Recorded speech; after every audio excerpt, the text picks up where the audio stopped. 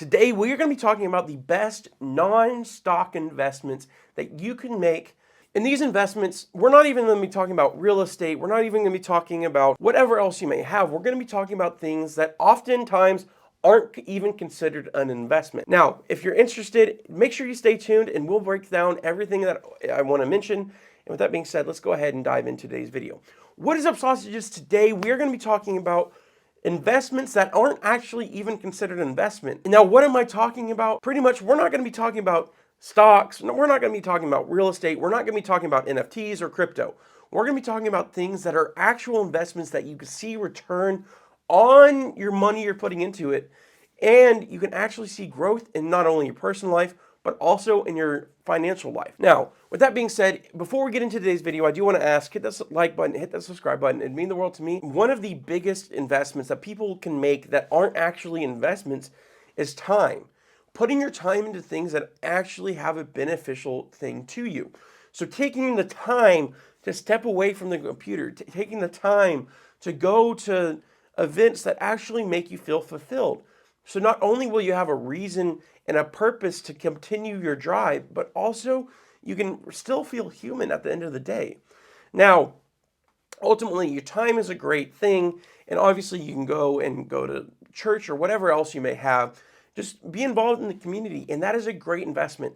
And just to be able to refresh yourself and approach every new business day with a brand new mindset, and that will help continue to push and grow yourself and your business and whatever else that may be around you. Now, another huge investment that I've slowly started to realize is books.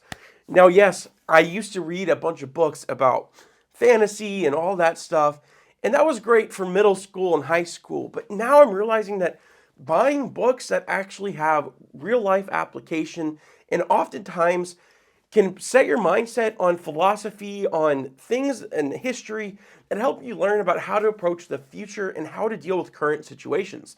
So books are a great way to, one, invest in something that's tangible that you can read and gain knowledge from, and you'll be able to apply yourself in conversations with older people and wherever else you may have. Now, obviously, you can read many different things. A lot of people enjoy reading, fiction books or nonfiction, or even historical fiction, whatever you want to read it, because just intellectually challenging yourself by reading is a great asset to have. Now, obviously, you can read some very historical text or some things that were the basis of modern philosophy. You can go through and read that and enjoy that read and understand how to apply yourself even further into today's society. Now, a common theme with the two things that I just talked about, time and books, is knowledge. Being able to have an acquiration of knowledge, being able to talk to people, being able to devote your time to acquiring knowledge is such a great thing because, one, it makes you more diversifiable, and two, it makes you more applicable. And no matter what situation it may have, being able to have knowledge and know how to deal with certain situations that may come up is not only an asset, but it's something that makes you reliable and something that actually makes you a huge benefit to either your company or your coworkers. And that is why having knowledge and continuing to grow your knowledge, even though it may cost you a little bit of money, going on online courses and paying and taking little courses that you get certificates and you can learn a broad spectrum of things that can benefit you tremendously and ultimately make you way more valuable in the workplace and in your business and also in your own community and family. So make sure that you go out there and build that knowledge and go out and conquer. Now, obviously, the last two things that I'm going to be talking about are both passions and hobbies. Now, they both are pretty interchangeable with what I mean by passions and hobbies. If you have a passion for reading good books or going out and have a passion for artwork and you build it into a hobby, obviously start your passions, like what you have a desire for, such as going and admiring ancient cultures. Develop that into a hobby. Put the time into it to take your passion, develop it into a hobby, and then go out and enjoy it fervently every single week or in a certain time period.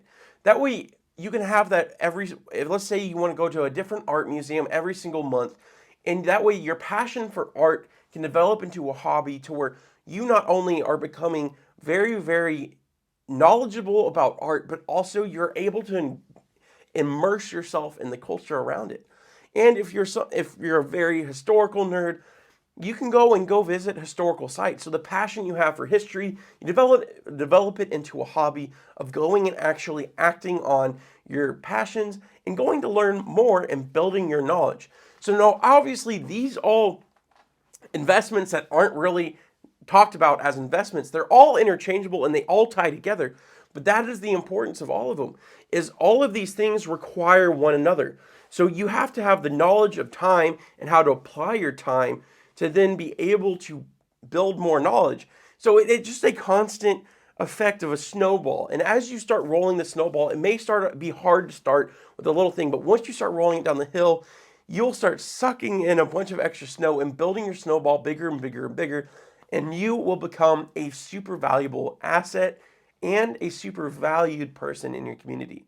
Now, with that being said, I hope you enjoyed today's video. If you did, leave a like, hit the subscribe button, and mean the world to me. With that being said, it is Money Sausage signing out.